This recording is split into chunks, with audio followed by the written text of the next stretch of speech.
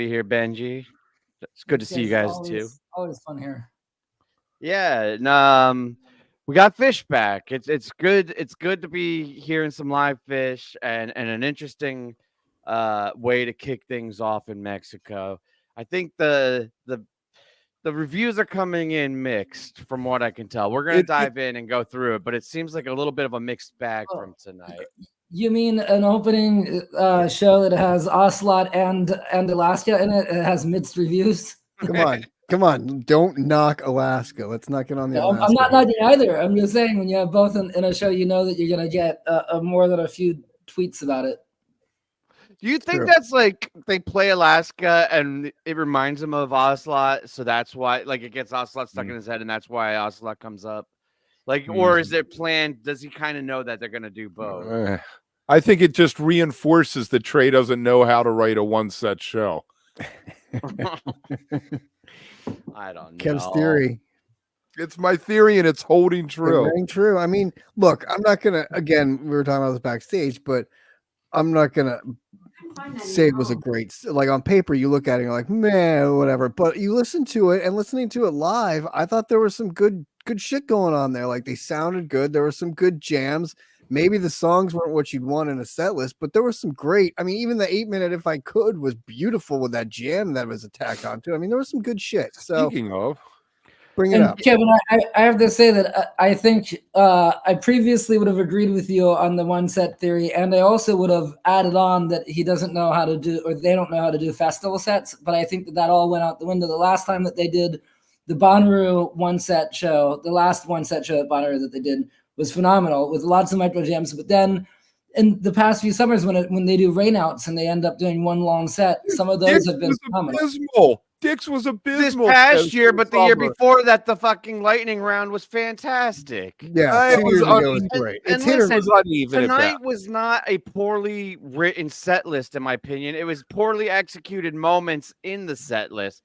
This set list I thought had some flow to it, and there was some intrigue, there was some uniqueness, some bust outs. Like this was not a badly written set list. They just fucked up in some weird spots that he didn't expect them to. He didn't, right? I think when you look at it right now as a set list, yeah, I think it has a little bit of everything. It has it has some bones to throw. Like they throw out like Destiny, Unbound, and some little gems. I don't think that it was poorly played. I think that it was just it was kind of sleepwalking through it like until the end, and then the end just kind of built. I mean, I say that yet Down with Disease had a great jam in it until it kind of fizzled oddly. But but I don't think it was poorly played. I just think that it lacked a certain excitement. Like you just said with the Disease jam that faltered out, Everything's Right had the same thing. Like it had a great jam, and then they couldn't figure out the re-entry was so janked. Like you're like, ew. I'll tell you what, the jam was great. I thought back when the train, like a really great, hey guys, let's hang out again. Like a great opening night. But not, I think back on the train, fantastic statement to open that yes. We did what we did on New Year's, but we're back on the train and we're going to take you there tonight. And that literal, you think? Huh? You took it that literal? Like they were like, hey, we're back on it? I think it was a statement. I think that works. I'm with you. Sure. I thought about it when they played it because I love that song and I love it when it's on the nose. Like I do think that they should, like after the hiatus, or after like when there are certain times after when 4.0 when they first came back after the pandemic, I thought they should play Back in the Train tonight.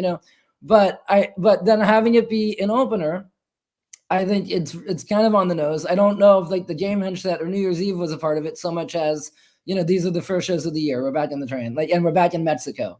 It's now an annual tradition. It's not like it's like Dips. It's something that year after year now that is so. They have their rituals. Trey gets down a few days early, and they have their place where they love to stay. So it's like every January thing. And so Back in the Train to me made a lot of sense. Was very. It's a great opener too. Like get it going without getting it too going. Yes. I think it's also a safe bet, right? Like it's a very easy song for them to land in and not, have to worry about it being completely locked in off the start. Why And is it's Moma 10 I mean, always it's in the 10 2 spot? This is like Old reliable, become a man. thing. That's old reliable. The MoMA. There she is. Yeah, I like it. I thought I was at this point in the night, I was like, fuck yeah, they're playing fantastic. This was a really solid start to this run, I think. See, on one level, I'm like, all right, check, it's out of the way. And then listening to it, I was like, this is a great tune right here. This is a really yeah. good call there, Trey. Well, I mean, 20 minutes in the first 2 songs basically wasn't. I mean, it's a 10-minute opener with a solid, decent stretch out jam in there, and then a Moma, which is another safe song to your point, Kev. Well, So 2 easy ways to get it going. Also, I love. I love Moma, and I think that it is a workhorse. It's more times than not. I wonder if I'm statistically right about this, but more times than not, I feel like it's a tour opener. Like I always predicted it with my friends, and I always get that point. And it's it's just such for 1.0 kids. It's just like such a every single time you hear it, even though it's probably not gonna jam. And then, of course, when it does, it's like the white elephant where, it lives up to its potential. But when it doesn't, it's still great. It's still great. Didn't we listen to a Moma recently that was really long, like from 2003 or something like that? Yeah. That they really got out there.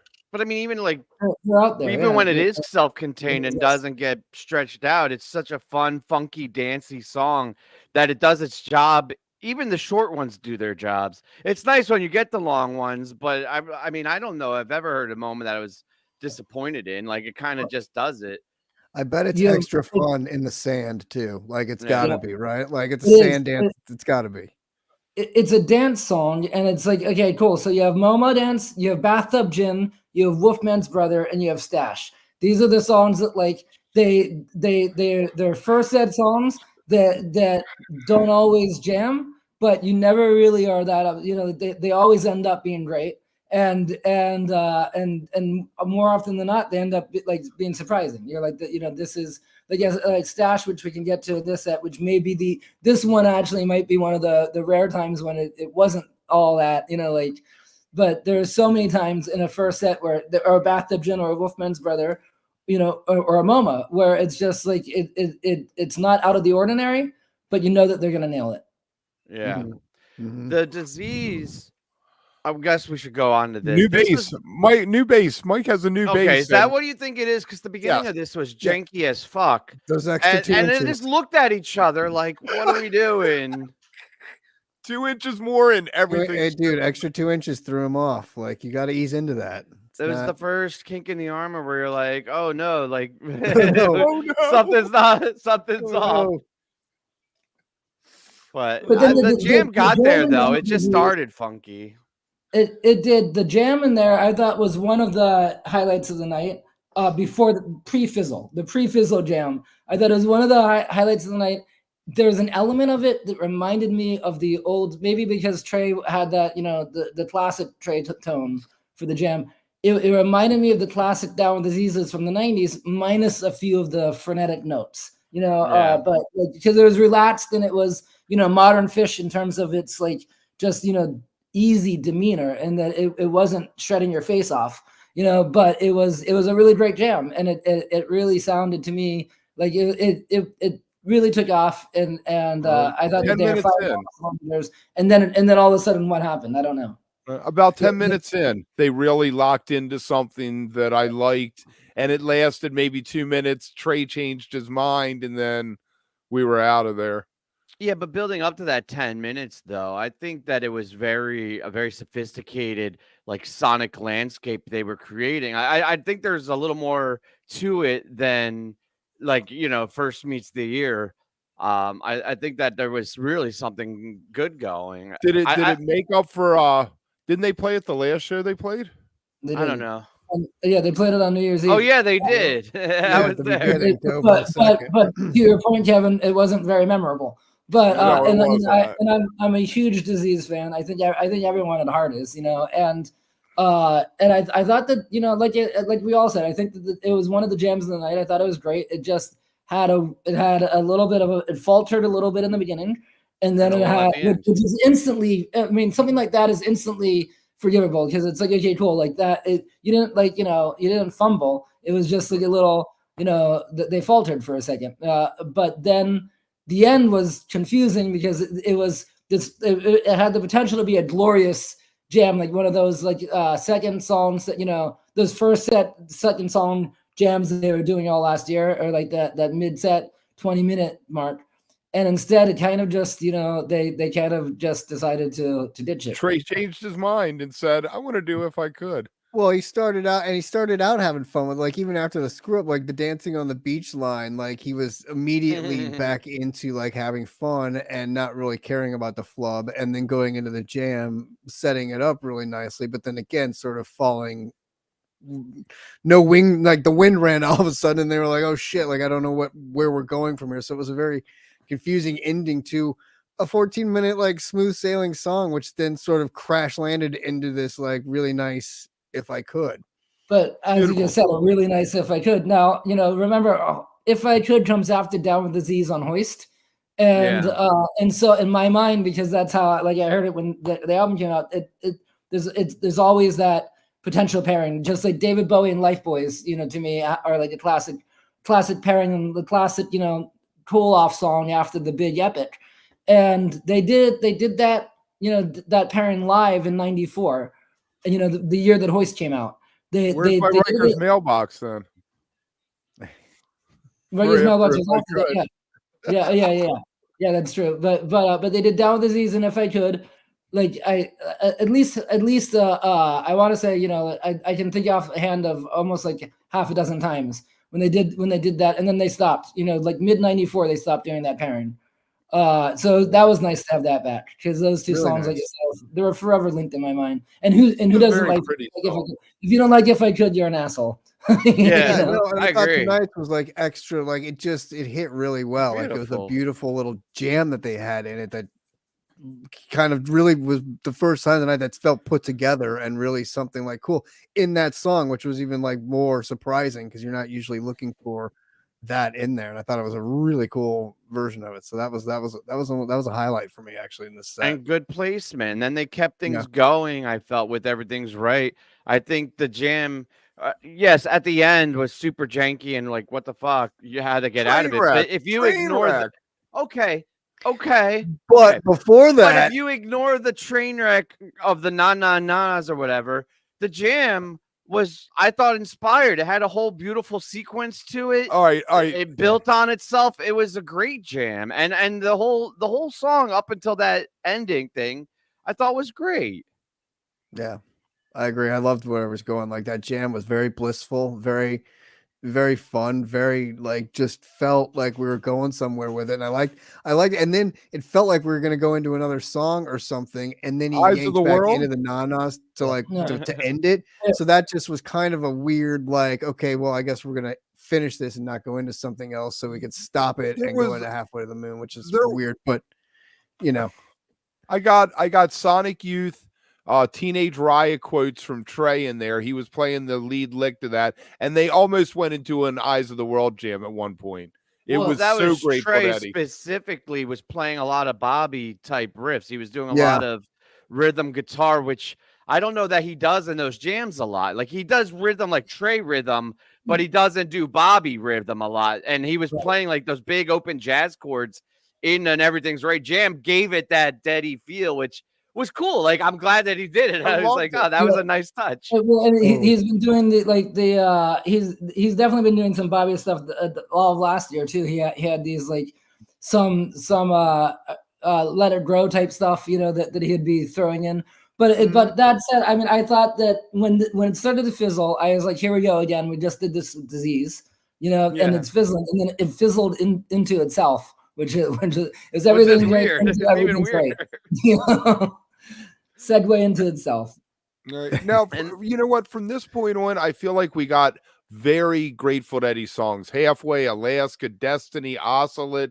They all have that Grateful Dead kind of mid-tempo rocker vibe to them. And I'm not a fan of Halfway, but so I'll throw it to T. Oh yeah. What, you don't like? It's like it's your Vince song or your Brent song. Come on, Kev. I don't that's mind a good it. call. That's a good call. I don't mind it. It's one of those because it's rare you get like a full-on page song, so, especially a newer song, which I know the other night, like we listened to that Jesus Left Chicago for Wook Club the other night, and he sounded so crisp and so clean for how young he was. I thought he sounded really good tonight in Really this, good. and he even had some really fun piano work, especially towards the end of the song. I thought that jam at the end and what he was doing with it, I was like, it's nice to showcase him both singing and jamming his own song, which was cool. But yeah, I know Kevin loves the again. So I don't know. I mean, it's definitely you could have made it to the bathroom and back before it got out of it and into too much of that. Depends on how deep you were in the beach. It's a bitch walking out of the sand. Yeah. I don't know, In the man. I water. think all you negative ass bitches need to just relax. Like, it's a 6-minute song. It doesn't really hurt anybody, and it's nice to hear some variety and bust outs every in a while. Like, I think I have like a weird fondness or nostalgia for that like mid 3.0 era of like shitty songs that like we all hated when they came out, but like now looking back on, if they play it again, in the summer, I'll be like, okay, that's too much. I think once a year is fine, but once a year. Right, but like in low rotation, it's kind of nice. And I thought this was beautifully executed, and it finished a lot bigger than I expected. Yeah. Like they built the momentum up and the energy up in the song, and it didn't feel like a mid song. Like it felt like a big epic. It kind of like that, like Wingsuit, right? Like you forget how much oomph those songs have until they get to the end. You're like, oh shit, this thing's moving. Yeah, it was a good peak build for sure. Friday as well. There's a lot of those songs where Susie Green, but there's a lot of songs that people like sigh at the beginning because we've all heard so much or they played so much or it's not that exciting. But then it gets to the jam and you're like, oh shit, this does jam. And for a while that was everything right because everyone forgot that, everything's right had to prove itself for a few years and then did. Halfway, I almost said halfway to the snooze. I'm happy to hear it. If it's once a year, then great. We got 2020. We got our 2024. And I mean, but I like it. And again, to your point, Tim, I do think it's a slow burn, and it does build, and it is a beautiful song. And also, let Paige sing. Right, exactly. I'd rather that than like, well, I don't want to get on Mike hate tonight. I thought Mike did great tonight. But like, I feel like that's a good song. It's fine. It's fine. And now we are half the way through the set. So why don't we mention that tomorrow night and the next night and the next night, we will be back with the After PHiSH After Show. 15 minutes after Encore. And for those of you who are members, we will be having set break hangs and figuring out what the fuck to do. Benji, what'd you think about this stash? Well, as I said earlier, I thought that stash is one of those, like immortal songs where it's always there, like where other songs come and go, and they have like phases of songs where they'll play it a lot and then they kind of forget about it and then they bring it back and or whatever, or kind of like Run Like an Antelope and Susie Greenberg and Maze are all and David Bowie are all songs that used to be in the same rotation as Stash and they kind of faded out of the rotation. Stash has always stayed. Stash has never once, it's never become a rarity, and in all its years, it's a workhorse. And every single time, there are some stashes that are underwhelming, but there are just so many stashes. And the thing about it is that when you look back at classic shows, you kind of skip over, because there are highlights after it would be like a Mike song into like the OJ, something like spectacular and one of a kind that they never. Would do like that 622 Columbus, Ohio show where everything gets shadowed by the narration, for instance, right? So Stash often, no matter how great it is, and it's if you look at any like classic show that's really one of these, like all timers, they almost always have a stash. Right. Their stash. It is not though. It is not a top 4 seed. But to Benji's point, it's always there. It's the bridesmaid. It's the you said earlier. It's the Gronkowski. It's the Gronkowski to the Brady. He has the same number of rings. It's always there, fucking bringing you to the championship. It just doesn't take all the credit. The other thing I like about Stash is it's kind of a very, very, very low key tweezer, and the reason I say that is because it has that wide open type. I mean, it's always type 2. It has that wide open. Yeah. It goes into chaos and it goes into it so smoothly and so it unlike Tweezer, it's the Type 2 isn't so overt. No one's screaming for Stash the way we're screaming for Tweezer. But Stash is reliably improvisational in nature. Did you really just use Brady to Gronk as an example? No, I did Gronk to Brady as an example, and that was a spot-on analogy, sir. I really liked what PHiSH did in this Stash as well. Before we move on, I have to give a shout out. He always nails that groove, but he did a lot more with the toms tonight in the Stash jam that I thought was fucking really spectacular. See, so far through this show, I'm having a good time. Right, yeah, I don't know. All understand first the set hate. Songs. When does the second set start? When we knew it was going to be a single set. It's starting off the run. Yeah, but at some point, like after Stash, they should have gone to 2 like 25-minute songs. Well, they're going to do that tomorrow night, and everything's going to be fine. Yeah, you're not going to get that night one type thing. You're not. No, not in this. I was surprised. I was more surprised that you didn't get sort of a fun little bust out fun song tonight than anything like really jamming. You went 5,822 miles away to Alaska. Yeah, which was the funniest. Yeah.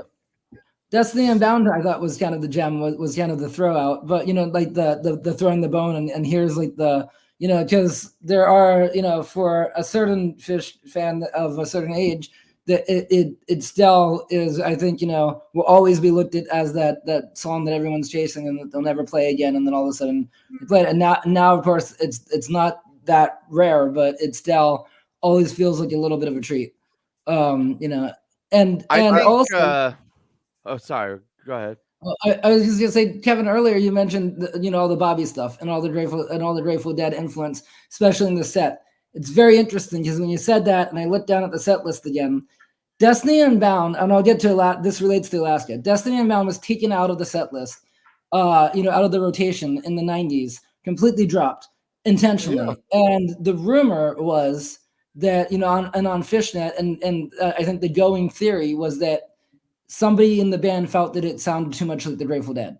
They didn't want to play it, and so they took it out because they were trying not to get compared to the Grateful Dead. So I had a conversation with Gordon about it with Mike during a break in this jam that he was doing with Billy, and I started talking about Billy Shuffle, and he said, "Oh yeah, we kind of stole it for 2 songs." And the 2 songs were, and so I said, well, I think I brought up the whole Destiny Unbound thing, and I said, well, your band doesn't really do anything like that, and whatever. And he said, well, he kind of acknowledged that the Destiny was dropped because of that, but he kind of also moved it on to 2 songs. He said, no, now we do it overtly. He's like, we just do it blatantly. We rip them off completely in Alaska and Ocelot, And so here you have all 3 of them, and here you have all 3 of them. All 3 of them in a row. That's really funny to see them all right there. Then that's funny. I am pro Alaska. I love the lyric. Great. It's so fun. And Trey smiles ear to ear when he sings that one. I love that song. And tonight was a little bit fun too. A little bit of a fun jam with it. Like it's just it's what. Again, it's like old PHiSH to me. I don't know. It's just such a great song, and to play it in Mexico just feels like such an ultimate troll. Like it's just perfect. It's so good. And then think Destiny, really well rehearsed. How funny is it though to get the Destiny after we just talked about it last night with the Wook Club show? I mean, and how different. I have thoughts on the Destiny. All right, tell us your thoughts, Gav. Instead of cutting them off, just tell us. Go ahead. What are your thoughts, Kev? Well, we're not going to cut you off. You could just. Chad told me to let it hang. No, just the jam at the end of it really made me rethink. Trey was a little raunchy with it, and it made me rethink the whole thing that maybe they can play it sometimes. I think they executed it very well. I think part of it is Mike's figured out how to sing it. So the written part, the composed part. Did they drop it? It sounds like they did. I'm going to go back and listen. So, Benji, we listened to a 91 show at the front for the Wook Club last night, and they played Destiny, and he was completely out of his register, right? Mike trying to sing it. He was reaching. And you know that like classic Mike, oh, he can't reach the note because like and like tonight it was like it sounded like it was right in the center. And I don't know if he just has a stronger voice now or if they modulated it to be more in like key with where he can sing. But I thought he nailed it tonight. So the written part was very clean, the vocals were clean, and I think that set up a very clean jam. Also, I think Trey gave it a little extra. I feel sometimes with like Mike's songs, Trey half-asses it. Like at least that's the impression you get. Like he doesn't give it the same, zealous that he gives like his song that feels like. But I feel like everybody was really into it tonight. I feel like everybody executed Destiny in a really great way. Yeah, it was a good one, but it should be in the category of once a year. We got it. It was cool. Yeah, I agree with that. Yeah, Fuck it. And it's a good place for it. Like it filled a good spot in Mexico, like where that kind of like we said, like kind of like that bust out, like you don't really get it all that often. So it's a perfect fit for it there. And it definitely sounded a hell of a lot better than what we listened to for the other one the other night, which was nice to see. Like we talked about, we'd be able to compare, and even just hearing them compared to like what we've been listening to lately was nice to hear. Because Trey watches. He improved it from 91 because he watches Wook Plus. What is it? Alaska, Destiny, and Ocelot would be a great middle of a first set at a show this summer. If you were outside, that would be a pretty cool middle of a set. It was a pretty cool middle of a set tonight. Yeah, I'm sure it was a great middle of the set on the beach with like the sand under your feet and a bunch of like drunk spun wooks with you. I can't imagine a better place for it. Like and now back to why the set list actually isn't bad.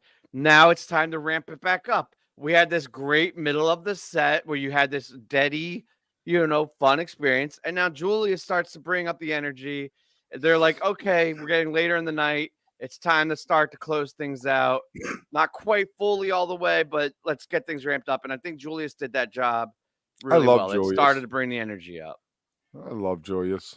I'm a big fan of Roman history. What do you think, Ben? I'm a big fan of Julius, and I love it. Especially when they play it with that extra gusto. And there was a time when it was just so standard, and it was very much just a first set filler almost, and now it's definitely not. And now there's when they play it, it has that, it's just upbeat. You can't be in a bad mood with Julius, because it just has that swing to it that's so good. And again, I do think it worked really well here with setlist construction with the flow, because there's 3 Daddy songs, and then Julius does kind of bring it up to the point where you're getting towards the end of the set, and you're building that second peak. But there's no arrows. There's no arrows this whole night, and we're at Julius. We're toward the end of the set. Where's my arrows? Oh, Kev. Sometimes you don't need an arrow. Kev. Always looking for holes. Just always looking. And if there's arrows, he's like, "Why are there so many arrows? Why didn't they stop and like give me a breather?" Right. You got a 25-minute jam. He's like, "Oh, we could have had 4 songs in that space. Why they didn't need to." They didn't need to play that for 27 minutes. Jeez. You can still make a point without making an arrow, Right. I like that. Yeah. I mean, that Julius was great. I mean, that Ocelot jam before it was awesome. So you kind of felt like what was going to follow that jam. And was Trey raunchy? A little bit. Got a little raunchy. Yeah, got a little raunchy in that. I think Trey got raunchy in the set, but not yet. I think he gets raunchy up in the net, towards the very, very end. Yeah, he gets a lot raunchier, that's for sure. Yeah. Definitely. But I thought that Julius was a nice little follow-up to that Ocelot jam and kind of kept that thing going. And a nice shout out to our good friend Harley, whose dog Julius passed away last week. Yeah. So she shot me a text and like, Julius for Julius. Love you, Harley.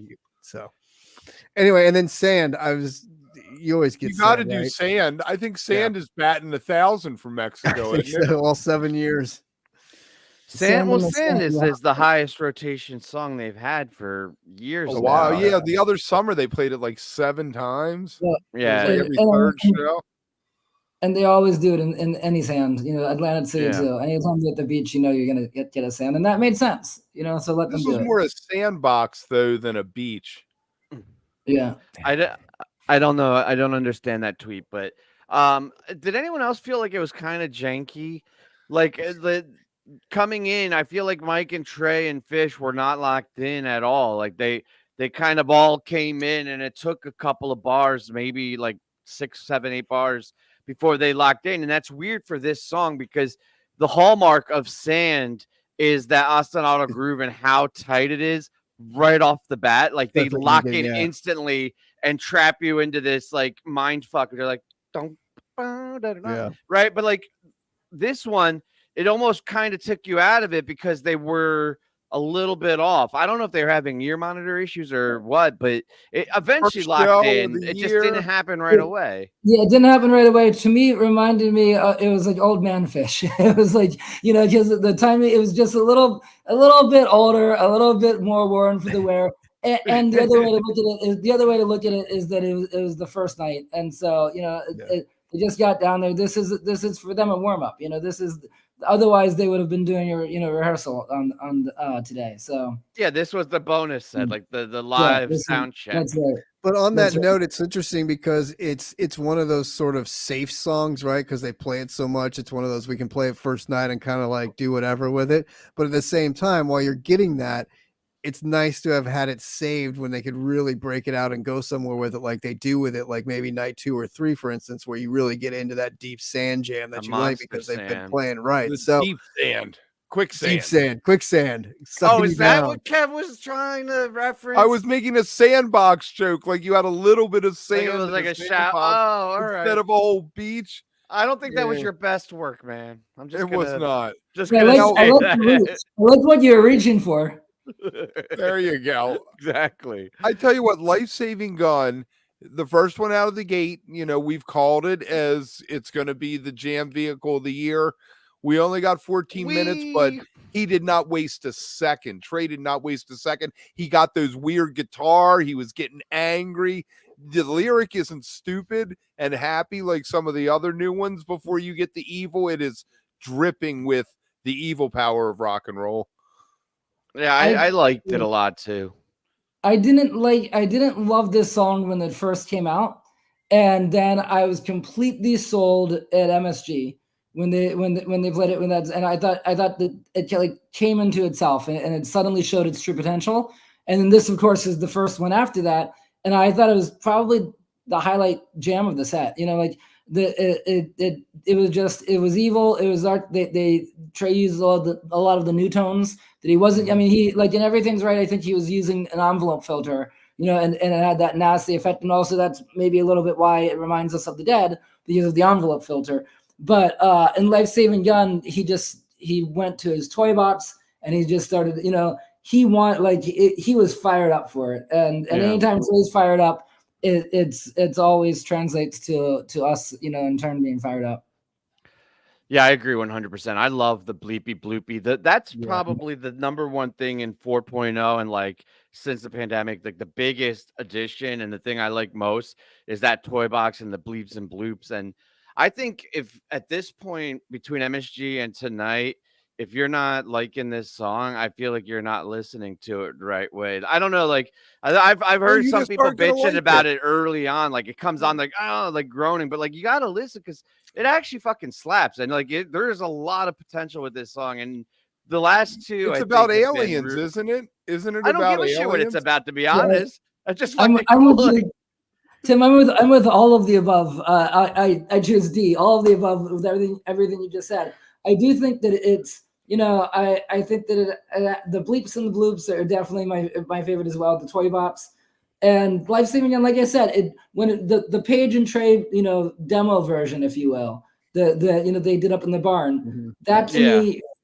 to me, I was like, I wasn't fully sold on it. I was like, you know, it sounds to me like it's mature songwriting, but it's not very like there's just something about it that I felt was a little almost like.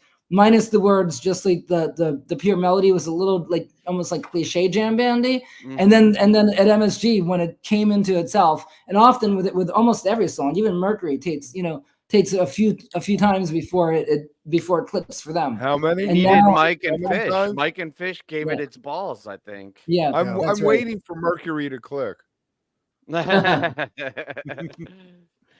All right. My time machine doesn't work, but if I could, I'd send you back to 2017.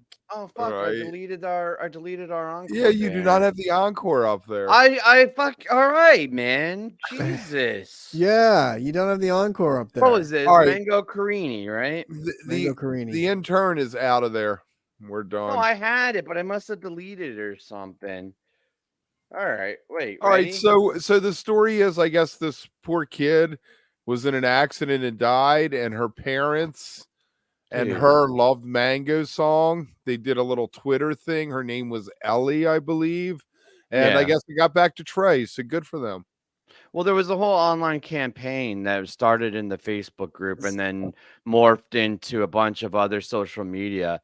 I wasn't aware of it, and when he said that, I was like, obviously, I looked and was reading it and fucking bawling. That was, but you know what? At the same time, yeah, it's tragic, and I had just tucked my girls in, so I was like really primed for like the waterworks. But at the same time, I'm like, I really appreciate that they care enough and that they do shit like that. I think that's fucking awesome. Yes, Oh, and man. it was beautiful, and I went back. I had no idea what they were talking about either, and I looked it up and read.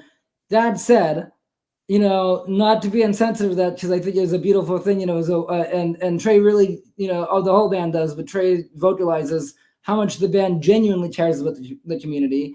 And the thing is that like we didn't know this person, we don't know this family, but they're a part of the community, and it is a strong community, and everyone in this community knows a lot of people. Like everyone just seems to, you know, there's all sorts of connections, and you know, 100 different friend groups that all have a Venn diagram that all overlap. So that's cool. I do have a little bit of a thing that's not personal to this. I'm really happy for the parents for having this moment, and I think it was beautiful. Are you going to trash Mango's song?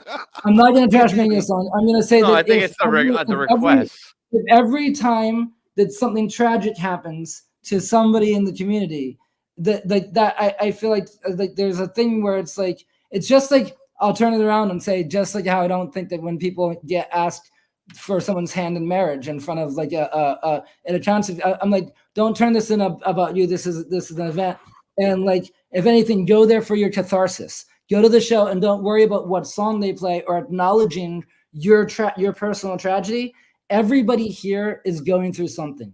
Everybody here has had loss. Everybody here is, you know, is falling in love or something monumental to their life, and we are all a part of this. And so I feel like the show kind of should, you know, with PHiSH, it kind of hovers above that, because it is a healing place. It is a point of catharsis and a point of, you know, all of these things. But I feel like it's supposed to be universal. And I feel, again, I'm really happy that, you know, I'm not trashing Trey's dedication. I think it was well, I do want to clarify something though, that I think is maybe a super minor thing, but important.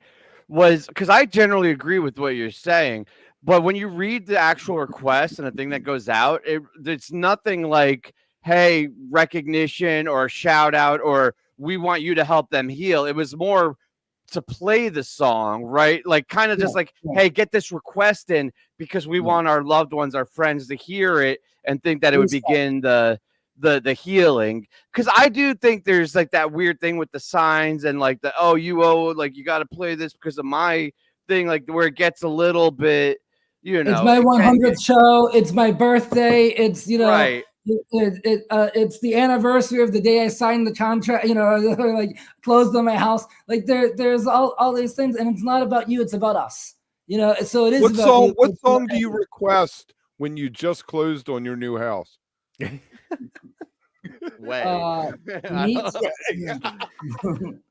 Bug. But on your point, see, I think this one, what Janslow here says too, is it's almost like not saying it and getting those songs and getting it in the moment is what is actually the serendipitous point of it, or what you're looking for, the cosmic, right? Like beautiful's of it, like the Jerry Rainbow at Santa Clara.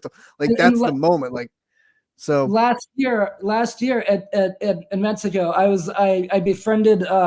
Luckily befriended these guys that had this whole crew that had one of the balcony rooms, and you know, and we and I was with Ari Fink from, you know, Sirius XM, and he and I kind of camped out there for the 4 days, but they were the people whose room it was, they who were, you know, became our friends and are awesome. they have a daughter named Caspian, and you know, the girl was telling me, Jen, that she always wanted Caspian because it's for, you know, her daughter. So then when, you know, it's not like you had the band's attention. The band even called out the room because of the bathrobe guy, because he was up there on the balcony with us. Mm-hmm. You know, he was a part of the room. So if she wanted to, she could have had a sign that said, "Play Caspian for my daughter." Right. You know, but instead, when they played it, what a magical moment. You know? Yeah. It's nice to be able to poop, like stand there and watch the band and be able to go poop. That's hot. Can we just back up for a minute? What's the room like being able to sit there, like, because you see it all the time on the webcast. You're like, oh, that'd be it's really cool. It's like having your own it's like a box or a suite at an arena, you know, like that.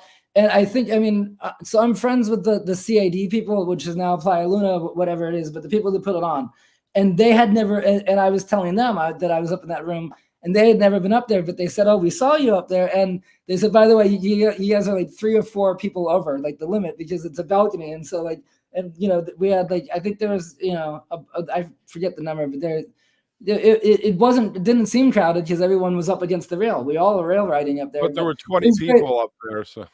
But it also was cool. I mean, they did it right. They have you know, a really tight and awesome, amazing friend group that gets it every year. And inside the room, it's like a hotel suite. So there's like a little kitchen, and there's, you know, they had a little like dining area and a living room. And so throughout the show, it was cool because some people that weren't quite as into sing every note, but they were there with their significant others or whatever, they would go inside there, they'd smoke a bowl, or, you know, grab a new beer. Like there's new fish in the microwave. No more jokes tonight, okay, man? No fish in the microwave, but also, I mean, and you know, and a private bathroom, and I mean, how cool is it for them? I mean, they literally, it's 10 feet from his room. He you know, you get out of your room, and you're then walk into your living room. You go on your balcony, and there's fish. It's awesome. That's so cool. Great. That is amazing.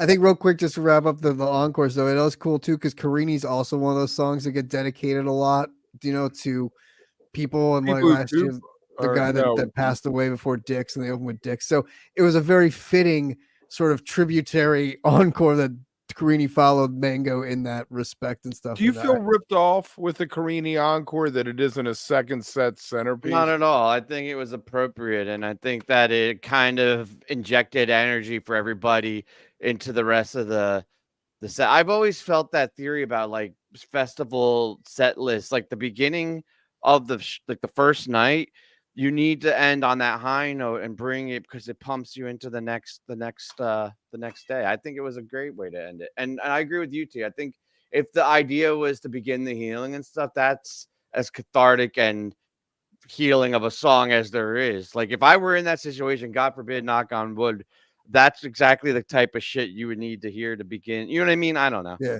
It's a weird, totally. I'm with both of you. I'm with both of you. Then one, I saw the thematic tie-in too. As soon as they went into Carini, I had that immediate thought, you know. And but you know, hopefully that doesn't make Carini a funeral song.